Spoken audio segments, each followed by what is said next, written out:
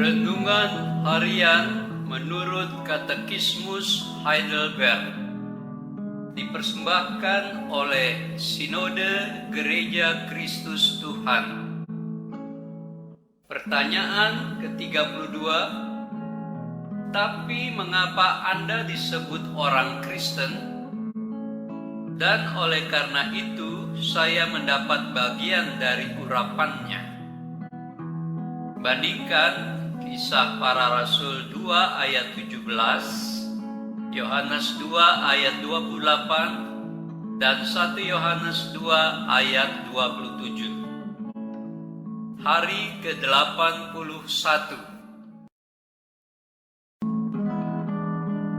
Saudara, tujuan rencana Allah memasukkan kita menjadi anaknya adalah supaya kita memancarkan kembali kemuliaan dan kemegahan Allah dalam hidup kita. Seruan Allah supaya hidup kita memancarkan kehidupannya bukanlah seruan semata. Allah memberikan kemampuan khusus supaya kita mampu melakukannya dan tetap melakukannya. Saudara, kemahatauan Allah melampaui segala ketidakmampuan kita, sehingga Allah sendiri dalam janjinya menyatakan Dia sendiri yang akan memampukan kita dengan urapan yang diberikannya kepada kita. Itulah sebabnya panggilan untuk tetap di dalam Dia yang berdasarkan pada 1 Yohanes 2 ayat 7 merupakan panggilan kasih dan kekuatan Allah yang bekerja di dalam kita. Saudara, banyak orang memaksa orang lain untuk bekerja dan menghasilkan sesuatu, mengharapkan orang lain melakukan sesuatu secara produktif, namun tanpa menyediakan cukup kail bagi orang tersebut supaya produktif, adalah hal yang sangat kejam.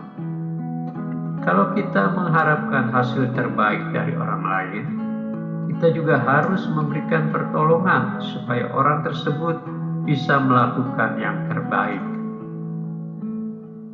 Orang tua bisa menjadi sangat tidak adil terhadap anak-anaknya apabila mereka hanya menuntut anak-anaknya menghasilkan yang terbaik dalam hidup, tetapi mereka mengabaikan kebutuhan anak-anaknya. Kita berharap mereka mengasihi, namun kita tidak pernah memberikan ruang cinta kasih yang sesungguhnya kepada mereka. Sungguh-sungguh tuntutan yang tidak adil. Saudara, berbeda dengan Allah. Ketika memilih kita untuk menjadi anak-anaknya, Allah menyediakan kuasa dan urapan khusus agar anak-anaknya dapat hidup dalam tuntutan-tuntutan ketaatannya. Allah bukanlah Allah yang kejam dan tidak adil sehingga menuntut manusia memberikan yang tidak dapat diberikannya karena dosa telah merusak hubungan manusia dengan Allah. Bahkan sebelum manusia jatuh ke dalam dosa, Allah bukan Allah yang menuntut secara membabi buta. Dia tetap memberikan kepada Adam dan Hawa kekuatan untuk taat. Itulah sebabnya tidak ada alasan bagi manusia untuk berargumentasi dengan Allah dan menuntut keadilannya. Karena siapakah kita yang dapat menuntut keadilan Allah? Saudara, dalam anugerahnya yang besar bagi dunia, Allah menyediakan mata air yang dapat membuat kita membaringkan diri dan beristirahat dalam hidup. Allah senantiasa menyediakan kekuatan bagi kita agar kita tetap hidup dalam nilai-nilai kerajaan Allah dan bukan berdasarkan nilai-nilai kerajaan dunia ini.